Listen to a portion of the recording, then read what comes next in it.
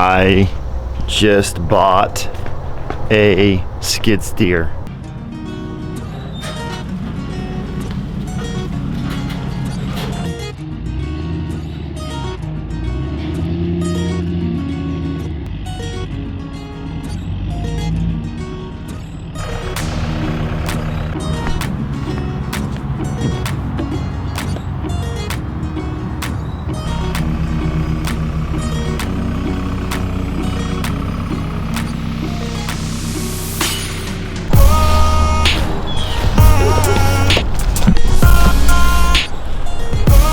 Alright, I am gonna move the chicken coop. It's been about a week since I set them up here, maybe a little under a week. And I've moved some of the fencing around to save some of the grass, make sure they weren't getting on it too much. But right now I'm gonna go ahead and move the chicken coop up. So I'll show you how I do that.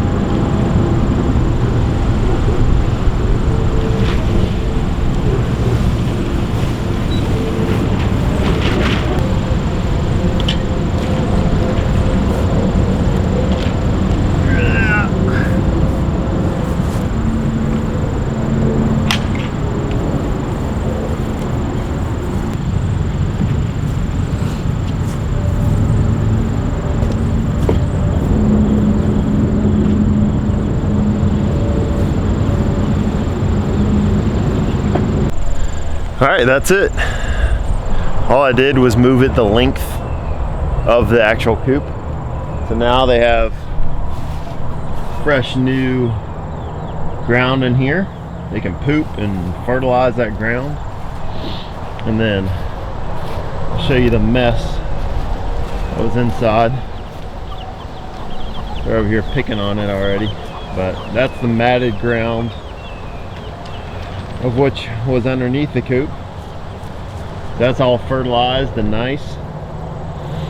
And basically what I'll do behind us is I'll continue to move this fence line up this way, and I'll stop it maybe right about here, somewhere like that, and I'll move the fence line that way, and we'll continue to walk this whole thing up the property. I would go around this whole area right here, but there's so many rocks up here that I can't get the feet of the fencing into the ground up there, so it doesn't really work. I would love to just wrap this whole area right here where all this brush is and let them dig into that brush and see what they can get over there. But unfortunately, with the fencing the way it is, I can't really do that. I might try the new fencing. Since it only has one spike on the bottom, I might try to use it up on the hill, see if it helps at all, see if I can get it to stay even though there's rocks up there. We'll see. But that's it. I got the chickens moved. They're nice and happy now. Got their water and their food moved, and we'll just continue to do that. That's going to be the cycle of how we pasture these chickens. Okay, I don't know which egg is which, but I got to show you this. After moving the chickens to pastured land, look at this. Okay, look at that egg. Look at that egg right there. Look at that yolk. And that's a beautiful yolk. Noticeably more orange and bright than these two. And actually the ones already cooked over here. That's a beautiful egg. Whew! It's a rainy, cold day out here today. It's probably 47 degrees, maybe 50 degrees, I don't know. So today I need to move the chicks into a bigger box. So in the previous video I made the chicken brooder for them. The chicken brooder is awesome, but didn't have a bottom, and I stuck it out in the barn. The barn has a dilapidated roof and it leaks a lot, so I didn't feel okay, especially with the weather changing and the temps going down. I didn't feel okay with putting them in the barn. It just didn't feel like I mean, you put all this time and effort into hatching them and you put them out in a barn that they could potentially die in. I didn't want to do that. So I kept them in a little small box in the garage edition that we're currently in the middle of. And so they've been in there, but they've outgrown that box and we need to switch them over. So I got some new bedding, some wood chips for them. I'm gonna take those wood chips, I'm gonna make the new box. Actually, I think we already have a box that Pops made previously, so I'm gonna use that one. It's a bit bigger. And then I'm gonna take the rest of the bedding and I'm gonna put more bedding in the nesting boxes for the other chickens on the hill, because they really need it. They seem to be kicking it out of their nesting box a bunch. So let's get started on this. Yeah, you know. Probably. And the wood chips will be covering the house. Yeah. Are you making a home for the baby chicks? Yeah. A new home. A new home. Oh, look at that. So there's our top. That's the one that Pops made previously. Much bigger holding bin for them. And they got bedding spread around, so Daddy, look at we'll go ahead and swap them out. Garage. Alright. Walkers can't go down there, okay? Walker, fall down that. Exactly, Michaela. Michaela. Walker, you can't come down there. You can fall off if you do that. Over there. 1, 2, 3, 4, 5, 6, 7, 8. Wow, that's at least one. Alright, here, take this one out, babe. Jumpy learned how to walk. I'll dump it. Jumping looks like a runt. Got the babies in your new home. That's the new home. And still got a lot more. Double the size as the other one. So they're gonna be happy in there. They're good to go. I just bought a skid steer.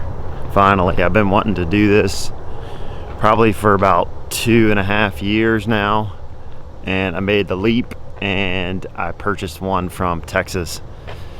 I worked out a deal with them and they're gonna ship the machine for free.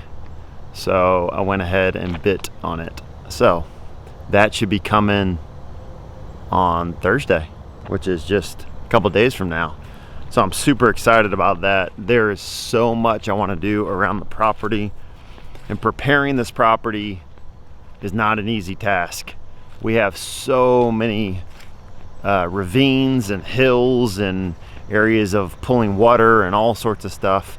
Not to mention just the everyday need for a piece of heavy equipment, especially a smaller one, that can help me get tasks done. I'm gonna tell you why a skid steer was such an important purchase for us, and I will show you exactly what I'm gonna do on the property. So, the greenhouse. Here's one perfect example of why I need a skid steer. This back half of the greenhouse, I know I've mentioned this in other videos, but this back half of the greenhouse, what happens is the water runs off this side. This will be the north side of the greenhouse, falls down and then runs underneath the greenhouse. And what happens is we have a huge area of pooling right here. And if I can, I will put some images up of rain that we recently had and the results of that rain on the property, and you'll see just exactly what I'm talking about. So I'm not going to do anything with the skid steer inside of the greenhouse. What I'm going to do is I'm going to grade the land around the greenhouse, because that's the major issue. When we initially dug the land for this greenhouse, we basically just tried to get it as level as possible. It's not perfect, but it's pretty good. Well, when we did that, we cut out an area right here. If you can tell, the ground really slopes down right here. We just kind of chunked it out. I had the backhoe and I chunked out this whole corner area. So there's really like a little ditch right here, which is not good, especially along the side of the greenhouse. So one thing I'm gonna do is I'm gonna take the skid steer. I'm really gonna level out this whole side of the greenhouse so that we don't have so much of a ravine there. So the next, and probably for me the most important thing to do, is to conquer this beast of a hill behind me. This hill I created because I dug the pond. If you haven't seen that video, I'll link it in the description below. But I had so much dirt. One thing I did do was behind me over here, if you had seen the creek before, it did an S-turn right into our property. Well, I took out that S-turn and I put tons of dirt over there. So that was one area that I alleviated all of our dirt. Well, it didn't do a ton because I still have a huge hill back here that I got to get rid of. So this is probably my most important thing to do with the skid steer. I'm going to move this dirt pile. One thing again that this dirt pile does is it creates an entire pool right here of drainage. What happens is the water runs from up here down along the bank of the creek, and then right here is just turns into a huge pool because of this huge hill. So that's one thing I'm going to do with the skid steer, is get rid of that hill. And the next thing I'm going to do with the skid steer, I am going to rent a brush cutter attachment. Hooks on the front where the bucket goes on, and I am going to plow through all of this underbrush. I actually talked to one of the previous owners of the home, I'd say about a year and a half ago, and he told me they actually used to graze their cows on this hill, and the entire wooded area, I mean it was still a wooded area, but the underbrush was all the way down, and they had cows on this hill. So I'm gonna go through the process of restoring this part of our property. It's unusable right now. There's really nothing we can do with it. And when I had the excavator, I cleared out some of this land, took out a lot of the honeysuckles. This Asian honeysuckle is mostly what you see behind me. All of this. It is an invasive plant here in Kansas City, Missouri, and a lot of parts of Missouri in the Midwest. That is just, I mean, it takes over. It's nasty plant, and I'm gonna get rid of all of it with a brush cutter. That way we can start to utilize some of this land. You know, we could do a whole lot of stuff over here. We could put pigs on this land. We could, you know, graze goats over here. We could, we could put a cow on this hill. So there's all sorts of stuff we can do with it, but as of now, it's just unusable. So this is the other thing I'm going to do with the skid steer. I am going to rent that brush cutter, get rid of all this undergrowth. All right. And the next area that I'm going to be working with the skid steer is on the hill up here. Whoa. So Isaiah's going to take us up to the top of the hill. Okay, so this part of the property, this is the north side of the property on our hill, and what I did up here was I made a huge mess. When I had the big old backhoe, I was just having fun with it, moving big stuff, and I actually was going to excavate this ground to put the greenhouse here at one point. I was going to actually dig out a level surface on this hill to really utilize this side of the property. But as I started to get into the ground, there was huge pieces of limestone. I mean, massive. And so I stopped, but I did a bunch of damage to the land when I started to dig up all the limestones. Let me show you what I did. Here's a big piece of limestone. We turned this into a potential burn spot, so that's why we've been dumping all of our brush and stuff there. Papers and stuff. Anyway, you can see some of it. Pieces of limestone everywhere. I need to get up here and repair this part of the property that I messed up. I really need to move all this brush and let it just compost down somewhere. I don't think I'm gonna end up burning it. And then I'm gonna bury this land back over. So I'm gonna take some of the dirt. So I'm gonna take some of the dirt from the hill over on the other side of the property and get rid of all this and level it out so that it's usable ground. It's early and I am out here because I just got a phone call from the transportation company that's delivering the skid steer, and he said he would be here any minute.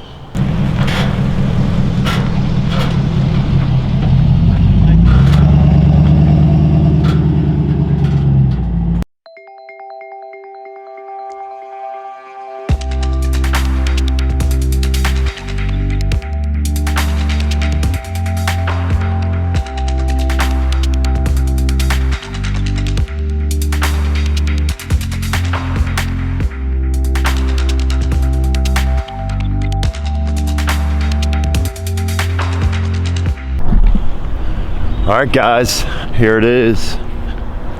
The Case 1845C.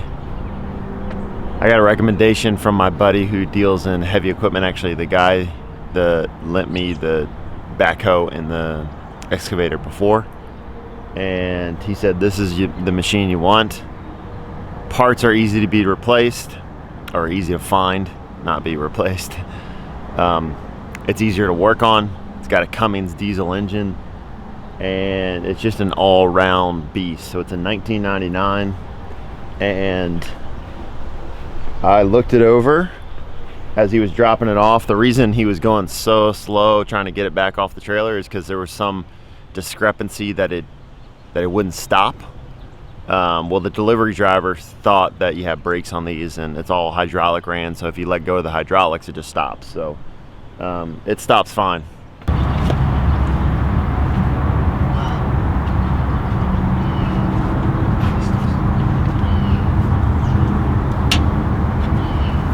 Oh, it's so dirty over here. I have to clean that out for sure. Hydraulics. Watch out, Judge.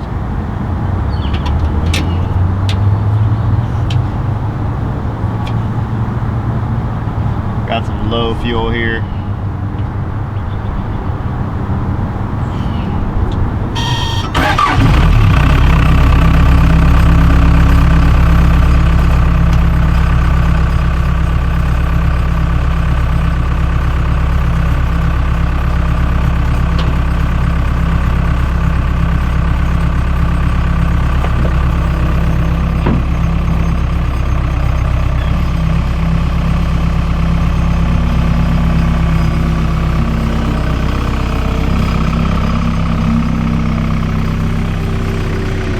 Pulled the skid steer out to just give it a little idea of what I have to fix on it. So I got this from an auction house down in Texas, and I wasn't able to see it when I purchased it. It was a good price. They said they would deliver it for free, and so I bought it. I took their word for what kind of condition it was in. It has about just under 2,000 hours, which is a good, which is low hours for, you know, a machine this old. So the first thing I noticed when it got here was that it had a hydraulic seal. This hydraulic cylinder here is leaking. So that's definitely got to get replaced. I did notice that this hydraulic cylinder, it doesn't look like it's leaking. It's just got a bunch of gunk on it, basically. That's the other thing. And then when the engine runs, it sounds like there's a fan right back there. You can't see, but let's see if I can zoom in here. Yeah, there you go. Right there, there's a fan that runs. That's part of the radiator cooling system, and it sounds like there's either a loose bolt somewhere and it's rattling, but to me it sounds like it's a bearing that's gone bad inside that fan assembly. So I need to look into that. It does need hydraulic fluid because of that leak on the hydraulic cylinder up front. So I need to add hydraulic fluid. I need to check the oil, the air filters, all of that good stuff. When I started to pull away, like, it has this bar on the seat right here, this lap bar, like you'd have in like a roller coaster right here, and basically that engages and disengages the parking brake. So they say this little thing right here says, I'll zoom in here, see if I can, it says lower lift arm, stop engine, raise seat bar, move loader controls until locked. And I'm a little bit yeah, I don't really want to do that. Anyway, I did it, so it didn't feel like anything locked into place. I don't know how far you have to move it. Maybe I didn't move it far enough.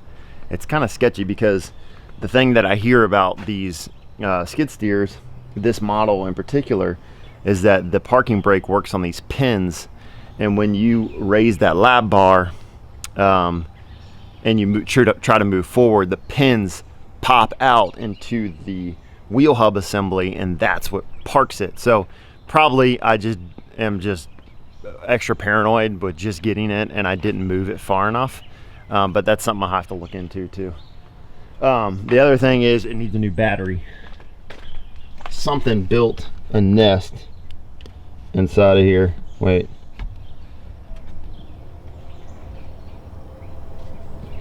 That's a beer can, but the rest of this is all junk. Like something built a nest in there right next to the battery bay. And I have to jump start this thing every single time. So I'm gonna get a new battery for it, and I'm gonna take this cab off. That's gonna be the first thing I do.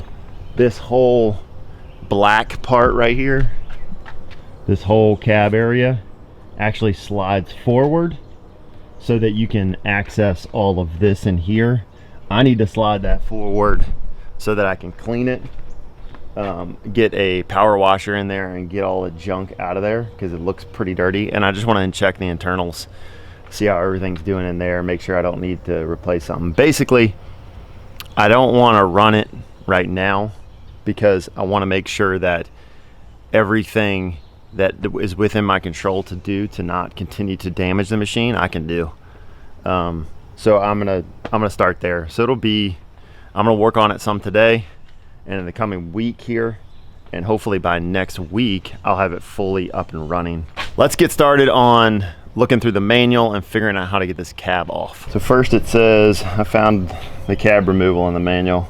First it says remove the support strut. Actually it says lower the loader lift arm to the ground, stop the engine, remove the pin from the cylinder lock support strut. Start the engine and raise the loader lift arms until the cylinder lock support strut is all on the lift cylinder rod. Oh, okay. I don't know where the... Oh, is that it? No. I'll find the support strut in a second. I was looking on the wrong side. There's the support strut. I also noticed, looking on this side, it looks like this beam right here, it's a little bit sagging right there. It got bent or something. Looks like they're easy to replace. I mean, the bolt down here, bolt right here, but that's definitely sagging right there. Anyway, so that's the support strut, so let's get that down.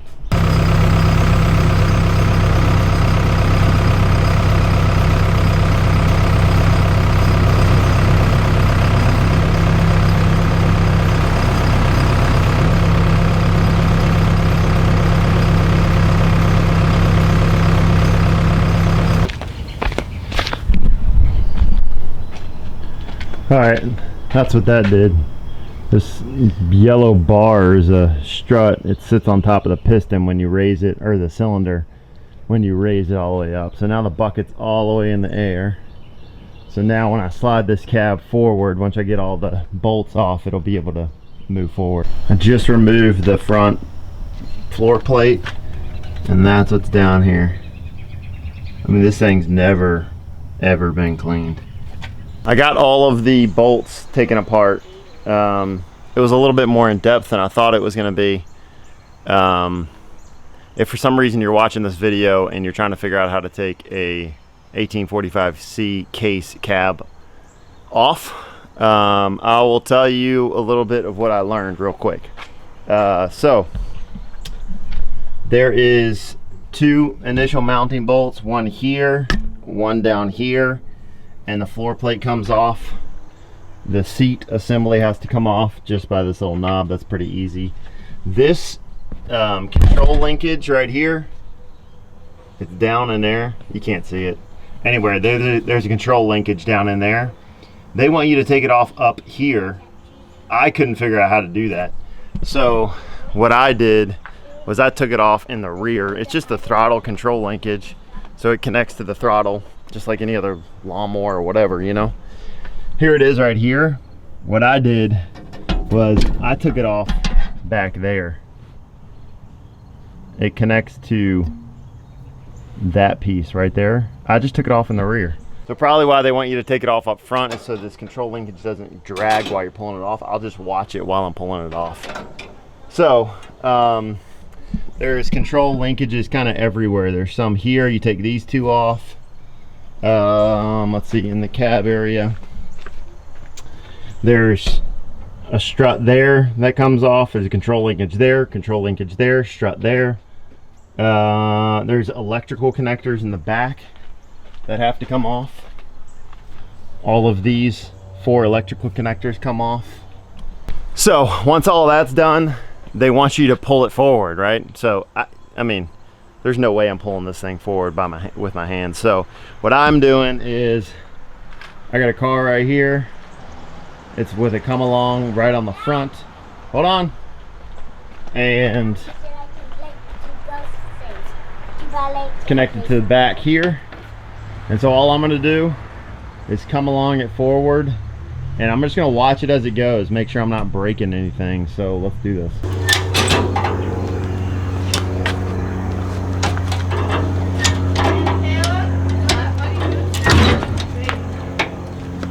Okay, so yesterday I figured out how to get the cab forward, not without breaking something. It wasn't bad, but I did like bend some kind of parking brake rod or something that I was able to bend back. I made sure there was no other damage to the parking brake assembly, so we should be good.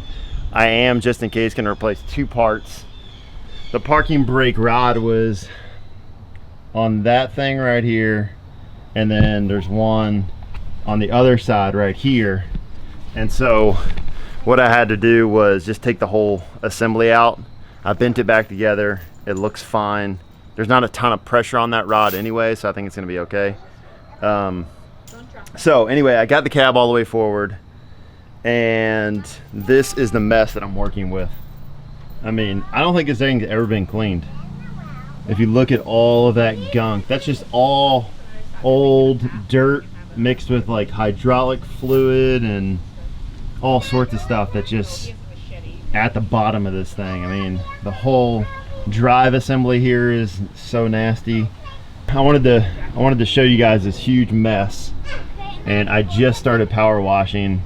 I am going to power wash this entire thing, and then once I power wash it, I am going to start to do the maintenance that it needs.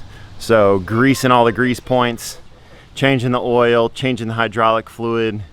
I'm going to replace that hydraulic cylinder seal, and then once that's all done, then this thing should be ready to be worked with. So I'm going to go ahead and start power washing this thing.